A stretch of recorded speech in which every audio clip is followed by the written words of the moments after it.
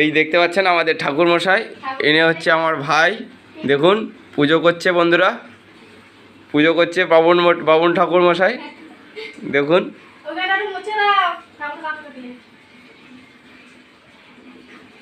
ওরা এই বাড়িতেই থাকে।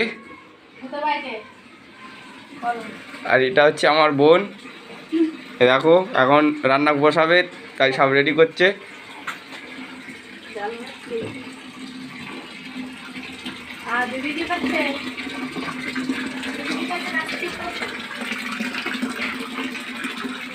আমি যাচ্ছি আমার বাড়িতে, এই এসে গেছি, আমরা পাশেই থাকি।